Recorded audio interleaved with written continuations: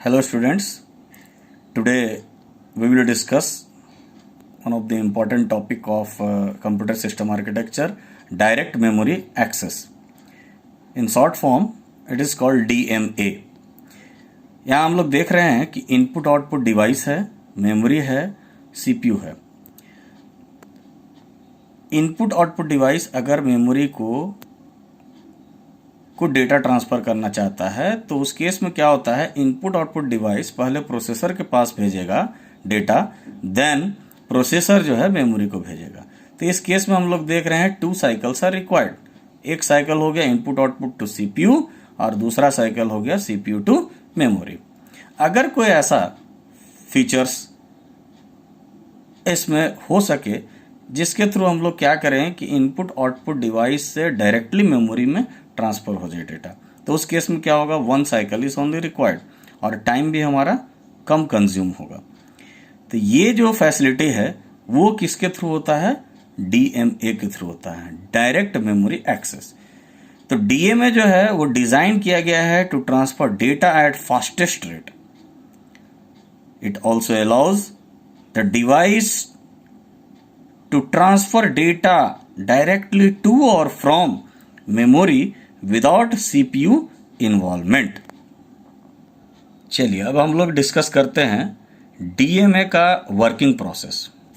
ये short form में है, इसका और भी डिटेल में हम लोग आगे देखेंगे. तो यहाँ आप देख रहे हैं कि इनपुट आउटपुट डिवाइस है, मेमोरी है, डीएमए कंट्रोलर है और सीपीयू है. इनपुट आउटपुट डिवाइस और मेमोरी के बीच में डायरेक्ट कम्युनिकेशन भी है.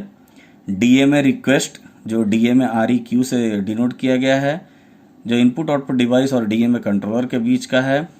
HLQ जो डीएमए कंट्रोलर और सीपीयू के बीच में होल्ड रिक्वेस्ट उसको बोलते हैं. HLDA का मतलब होता है होल्ड एक्नॉलेजमेंट. अब सपोज दैट कि इनपुट आउटपुट डिवाइस मेमोरी को कुछ डेटा भेजना चाह रहा है, तो इनपुट आउटपुट सबसे पहले क्या करेगा, इनपुट आउटपुट डिवाइस वो क्या करेगा कि डीएमए कंट्रोलर को क्या करेगा, डीएमए रिक्वेस्ट भेजेगा. ठीक है, तो डीएमए रिक्वेस्ट डीएमए REQ के थ्रू भेजा डीएमए कंट्रोलर के पास. अब डीएमए कंट्रोलर जो है सीपीयू के पास क्या करेगा, रिक्वेस्ट भेजेगा. क्योंकि एक्चुअल में होता क्या है कि सीपीयू वो मास्टर है, क्योंकि उसी के पास सारा अथॉरिटी है. डीएमए कंट्रोलर तो एक बीच का एक ऐसा माध्यम है जिसके थ्रू इनपुट आउटपुट डिवाइसेस वगैरह जो है वो मेमोरी के साथ डेटा ट्रांसफ़र इसलिए कर पाए क्योंकि प्रोसेसर के पास और भी बहुत सारा काम होता है. अगर इनपुट आउटपुट डिवाइस का मेमोरी के साथ जो डेटा ट्रांसफ़र उसको हैंडल करना लगेगा तो फिर बाकी सारे काम रुक जाएंगे. तो इसलिए क्या है कि कॉन्सेप्ट आया डीएमए कंट्रोलर का, ताकि ये सब जो काम है डेटा ट्रांसफ़र वगैरह का वो सब जो है डीएमए कंट्रोलर के थ्रू हो जाए. तो इसलिए डीएमए कंट्रोलर को क्या करना पड़ता है, रिक्वेस्ट पहले भेजना पड़ता है किसके पास, प्रोसेसर के पास. तो डीएमए कंट्रोलर क्या करेगा, होल्ड रिक्वेस्ट इसको भेजेगा, किसको, प्रोसेसर को. इसके बाद डीएमए कंट्रोलर जब जैसे ही HLQ भेजता है इसके पास, अब डीएमए कंट्रोलर जो है वेट करता है किस चीज़ का, HLDA का, होल्ड एक्नॉलेजमेंट का. ठीक है, और जैसे ही होल्ड एक्नॉलेजमेंट मिलता है तो अब सीपीयू जो है एक स्लेव की तरह काम करने लगता है और डीएमए कंट्रोलर जो होता है वो मास्टर की तरह काम करने लगता है. डीएमए अब इस केस में क्या होता है कि प्रोसेसर जो है अलाउ कर दिया डीएमए कंट्रोलर को कि अब आप हैंडल कीजिए. सिस्टम बस का पूरा अथॉरिटी दे दिया डीएमए कंट्रोलर को. अब डीएमए कंट्रोलर जो है इनपुट आउटपुट डिवाइस और मेमोरी के बीच का कम्युनिकेशन को अलाउ कर दिया कि आप डायरेक्टली कर सकते हो. अब देखिए ये जो डायग्राम है, ये डायग्राम में डिस्क्राइब कर रहा है कि कैसे डायरेक्टली इनपुट आउटपुट डिवाइस और मेमोरी के बीच डेटा ट्रांसफ़र होता है. यहाँ आप देख रहे हैं कि सीपीयू है, इस सीपीयू में सिग्नल्स हैं interrupt, BG bus request, BR means bus request, BG means bus grant, उसको हम लोग डिटेल में भी पढ़ेंगे. Then RD means read, WR means write, ADD means address data. उसके बाद यहाँ पे आप देख रहे हैं क्या लिखा हुआ है, एड्रेस सेलेक्ट, ADD सेलेक्ट।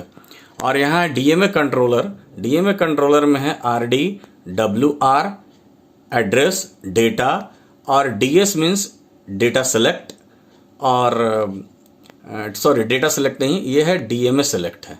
और RS means register select, BR means bus request, BG means bus grant, और इंटरप्ट। ये देखिए इसका कनेक्शन इसके साथ है, आप देख सकते हैं इसका कनेक्शन इसके साथ है। इसके बाद आप देख रहे हैं यहाँ पे read control, right control, address bus, data bus, DMA acknowledgement, DMA request, जो इनपुट आउटपुट पेरिफेरल डिवाइस और ये DMA कंट्रोलर के बीच का है। और यहाँ पे है रैम, जो मेन मेमोरी है, उसमें भी रीड, राइट, एड्रेस और डेटा है। तो अब आप देख सकते हैं यहाँ पे कि सबसे पहली चीज़ क्या है कि हम लोग DMA कंट्रोलर की अगर बात करते हैं तो DMA कंट्रोलर में ये जो RS है, RS का मतलब होता है रजिस्टर सेलेक्ट, और DS मतलब DMA सेलेक्ट, ठीक है, चिप सेलेक्ट जिसको बोल सकते हैं। और रजिस्टर सेलेक्ट का मतलब ये है कि आपके पास यहाँ पर देख रहे हैं रजिस्टर्स है, address register, word count register और कंट्रोल रजिस्टर। इसमें से कौन सा सेलेक्ट होगा? तो ये RS जो है, RS बताता है कि कौन सा सेलेक्ट होगा। RS का दो होते हैं, RS1 और RS0। तो RS1 जो है और RS0 के वैल्यूज पे डिपेंड करता है कि कौन सा रजिस्टर सेलेक्ट होंगे, ठीक है। तो RS1 और RS0 अगर दोनों का वैल्यू 00 है तो एड्रेस रजिस्टर सेलेक्ट होगा, और RS1 RS0 का वैल्यू अगर 01 है, ठीक है, तो उस केस में क्या होगा, वर्ड काउंट रजिस्टर सेलेक्ट होगा। और अगर RS1 का वैल्यू 1 है और RS0 का वैल्यू 0 है तो उस केस में क्या होगा, कंट्रोल रजिस्टर सेलेक्ट होगा, ठीक है। अब एड्रेस रजिस्टर क्या होता है? एड्रेस रजिस्टर क्या बतलाता है कि starting address at which data transfer takes place, means data transfer किस स्टार्टिंग एड्रेस पे स्टार्ट होगा। और वर्ड काउंट रजिस्टर बताता है कि कितने नंबर ऑफ वर्ड्स वो ट्रांसफर किए जाएंगे। और कंट्रोल रजिस्टर बताता है कि कौन सा ऑपरेशन परफॉर्म होगा, रीड होगा या राइट ऑपरेशन परफॉर्म होगा। अब देखिए इसमें स्टेप्स कैसे होंगे। सबसे पहले क्या करेंगे कि input output peripheral device DMA request भेजता है किसके पास, DMA कंट्रोलर के पास। उसके बाद DMA कंट्रोलर जो है वो CPU को बस रिक्वेस्ट भेजता है। यहां पर आप देख रहे हैं BR जो है किसको भेज रहा है, CPU के पास। अब CPU के पास आया, अब CPU जो है, क्योंकि क्या है ना, अभी मैंने बताया था कि DMA कंट्रोलर के पास कोई अथॉरिटी नहीं है। वो पहले क्या करेगा, पेरिफेरल डिवाइस जैसे ही इसको रिक्वेस्ट करता है कि आप मेरे को डायरेक्टली एक्सेस करने का अधिकार दो, तो DMA कंट्रोलर पर है CPU से पूछेगा। CPU क्या करेगा, CPU बस को या सिस्टम बस को पूरा ऑथराइज करेगा। उसके लिए क्या करता है कि CPU gives information to DMA controller. CPU select address, यहां पे है जो सेलेक्ट करता है किसको, एड्रेस सेलेक्ट को। एड्रेस सेलेक्ट को CPU सेलेक्ट करेगा और उसमें आप देख रहे हैं किसका है, DS और RS, मीन्स DMA कंट्रोलर का DS और RS उसमें सेलेक्ट हो जाएगा। अब इसके बाद CPU जो है gives information about address register, word count register and control register to DMA controller. वो देता है इंफॉर्मेशन, कौन, CPU। अब इसके बाद CPU क्या करता है, BG को एनेबल कर दिया। BG आप देख रहे हैं इसके साथ कनेक्टेड है, वो एनेबल कर दिया। जैसे ही एनेबल हो गया, DMA gives DMA acknowledgement to किसको, इनपुट आउटपुट डिवाइस। अब डेटा ट्रांसफर स्टार्ट होना चालू हो जाता है, किसके किसके बीच में, इनपुट आउटपुट और रैम के बीच में डेटा ट्रांसफर चालू हो जाता है। Value of word count register decreases as the data transfer takes place. जैसे जैसे डेटा ट्रांसफर होते जाएगा वैसे वैसे वर्ड काउंट रजिस्टर कम होते जाएगा उसका वैल्यू। और जैसे ही वर्ड काउंट रजिस्टर का वैल्यू 0 होता है तो उस केस में क्या होगा कि इसका मतलब डेटा ट्रांसफर ओवर हो गया है।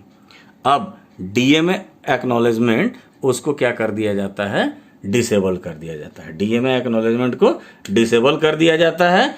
डीएमए अब सेंड करेगा इंटरप्ट सिग्नल टू किसको, सीपीयू। देखिए यहाँ पर इंटरप्ट सिग्नल है, ये किसको भेज देगा, प्रोसेसर को भेज देगा। ठीक है, इसके पास जैसे ही आता है इंटरप्ट सिग्नल तो सीपीयू समझ जाता है कि अब डेटा ट्रांसफर जो था वो ना वो हो गया है। अब उसके बाद सीपीयू जो है डीएक्टिवेट करेगा किसको, बीजी सिग्नल को। जैसे ही ये डीएक्टिवेट किया उसके बाद अब डीएमए का कोई रोल नहीं है, अब जो भी डेटा ट्रांसफर होगा फिर से सीपीयू के थ्रू ही होगा। So this is all about the introduction और brief introduction about the DMA.